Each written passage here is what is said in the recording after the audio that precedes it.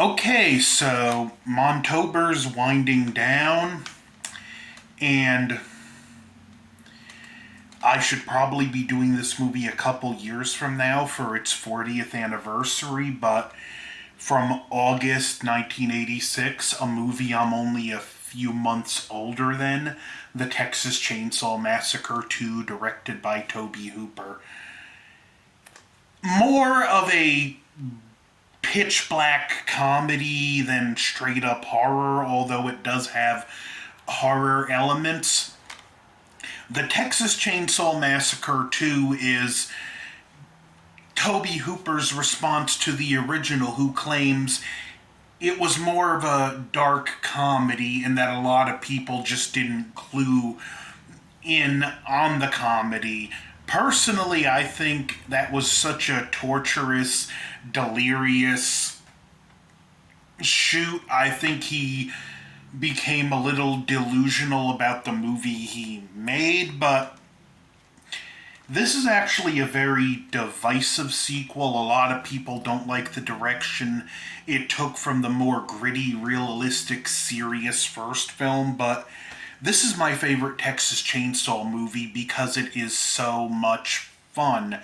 This film is just an entertaining ride, even if it does get off to a rough start with the first few minutes with those annoying kids. If you know the movie, you know what I'm talking about. These idiots riding through rural Texas shooting a gun at things. They play chicken with a truck that belongs to the Sawyer family, and the Sawyer family actually shows up to set things right.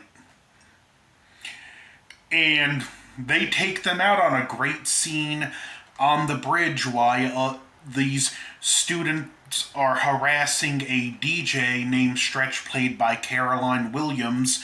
And it's a great scene with a fun song playing during this. The next scene, we're introduced to Lefty Enright, played by Dennis Hopper, who's the uncle of Sally and Franklin from the first movie. And Dennis Hopper is just, it's Dennis Hopper. If you know Dennis Hopper, you know what to expect. He's completely out of his mind. He's unhinged and insane.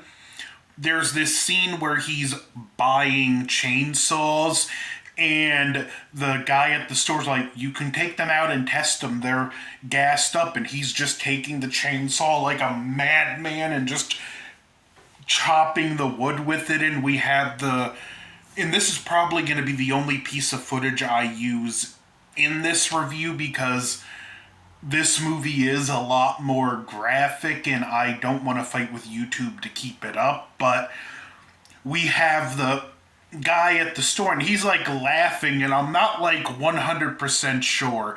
Is he laughing because he's like enjoying what he's seeing, or is he just actually scared and this is just how he's processing the fear? Neither would surprise me. This film has one returning cast member in Drayton Sawyer, the cook from the first movie, now running a catering service, and he wins a barbecue competition. And when asked what his secret is, he says it's the meat. He has an eye for good meat, and we all know what the meat he's referring to is. The DJ, played by Caroline Williams, is there. She meets up with Dennis Hopper, and there's some the interactions between Lefty and Stretch are very weird. And it turns out there was a deleted plot detail where she was actually his daughter and she didn't know it, but he did. I kind of wish they would have left that in, so their interactions, you would have understood why they're so bizarre. But he ultimately, after the cook-off, tells her to play the tape with the recording of the attack, which leads to the Sawyers coming to the radio station, and we're introduced to Chop Top, absolutely my favorite character in this film. Chop Top is just an absolute blast of an entertaining character that just has so many great quotes in this film that you'll just find yourself giggling at.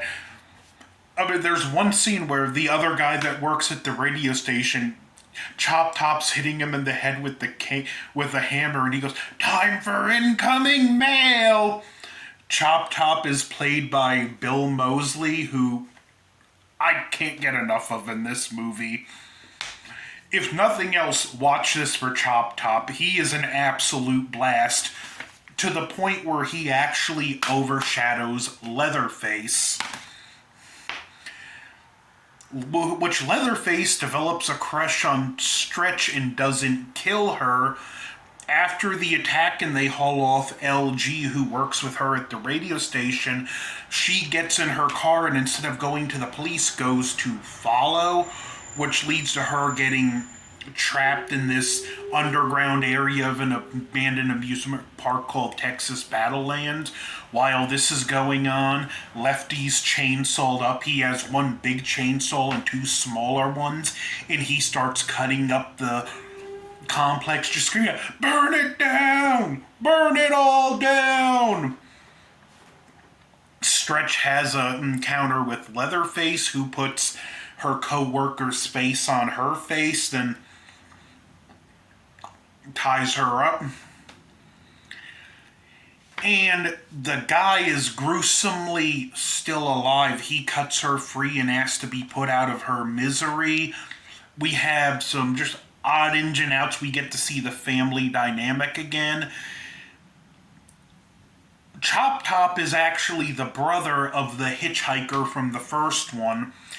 He was in Vietnam during the events of the first film, and if you look at him, he looks like he came back a zombie. I mean, the guy looks literally dead.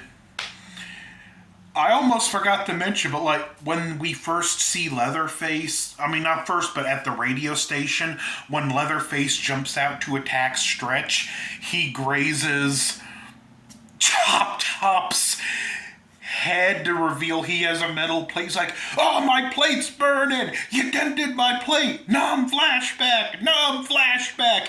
You destroyed my Sonny Bono wig!" Again, like, Chop Top is just great. Chop Top, he's the star of the movie.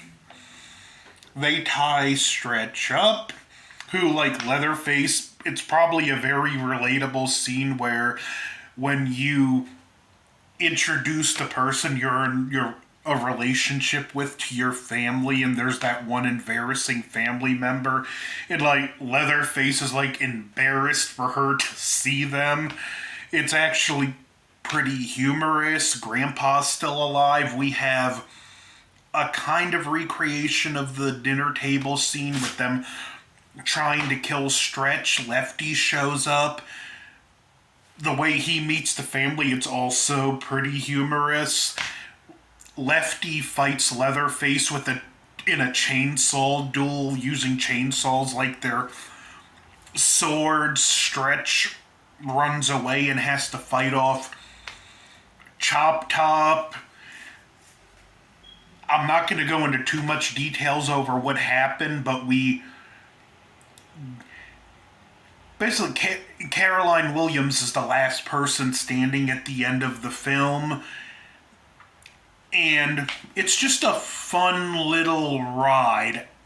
It's not as good of an overall movie as the first one, but it's just a lot more entertaining. And whenever I feel like watching a Texas Chainsaw Massacre, most of the time, this is the one I'm going to put in. It's got a great great soundtrack. The cinematography is solid. The characters are entertaining, even if they're not the most flushed out.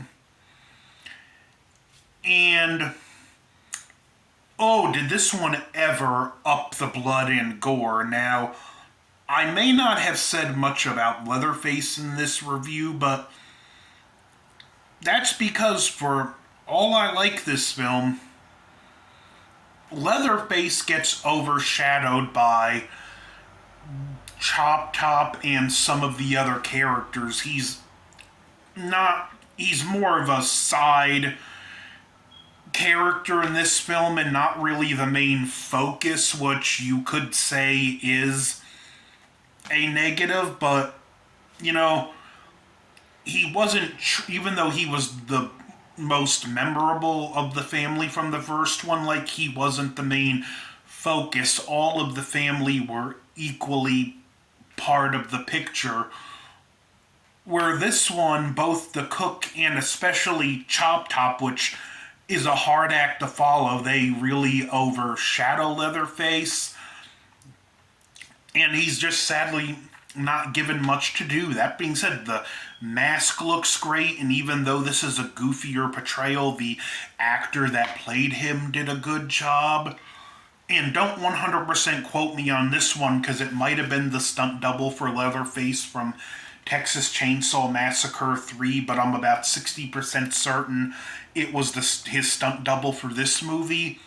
That stunt double also did stunt work in a Halloween movie as Michael and a Friday the 13th movie as... Actually, I think it was the Leatherface actor. It's been a while since I've found out about this fact, so forgive me for being sketchy, but also, like in both a Friday the 13th and Halloween, he did stunt double work for Michael and Jason's main actor, so we do have an actor in this who actually was briefly at least all three. He was Leatherface, Jason, and Michael's stunt double, so that's kind of a cool fun fact. I give Texas Chainsaw Massacre 2 a high recommend with caution. Know the movie you're getting into when you see it. Don't expect the first one. Again, go into it expecting a wild ride, and you shouldn't be disappointed. Sad that Montober's winding down, but I'm glad I got to work this one in before it's over. I finally did the first Texas Chainsaw, so I really needed to get to this one sooner rather than later. So, over and out.